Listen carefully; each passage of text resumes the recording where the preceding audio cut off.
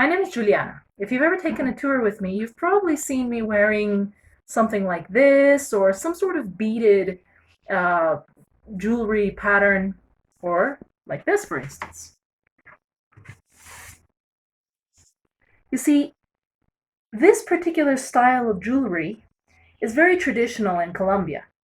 It's made by the Embera peoples, one of the indigenous groups of mostly from the Pacific coast or from the area of the Urabá, which is up north from Medellin, kind of towards the direction of Panama.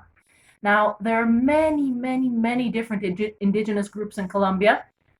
Unfortunately, the indigenous people have been treated very terribly since the very beginning, and a lot of them have suffered more than probably any other group in Colombia. But the Embera people have not lost their traditions.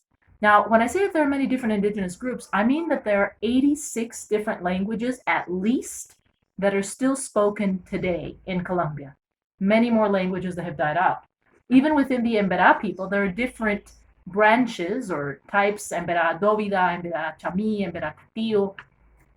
They have the tradition of making this kind of jewelry, and I'd always seen it. I always thought it was beautiful. There's a group of indigenous people who work with the foundation that are often at the where we end the tour, and people can talk to them and buy some of their work to take home as a cool souvenir. But something that I never knew is that traditionally, every single piece of jewelry that they make has a meaning, a story.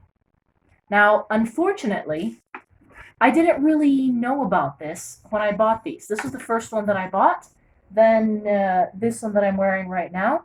Later, talking to the indigenous people at where the tour ends, one of the ladies there told me that the triangle shapes represent mountains, the deep blue represent oceans, the light blue represent the sky, and so it's something along the union of of Mother Earth and sky and all the nature.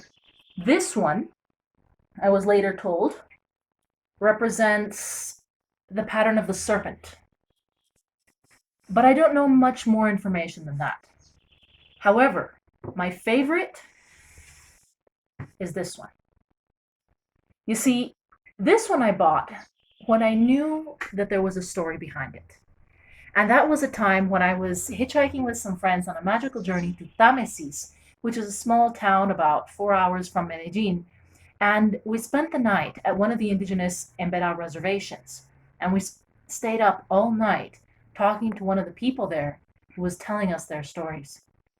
And many of the Embera people have lost a bit of the tradition and forgotten some of the really old meanings. But here at the indigenous reservation, talking to the Haibana, who was like the shaman of the place, I was told that this necklace represents medicinal plants and the union between man and woman, which is very important since so often it almost seems as if we're against each other.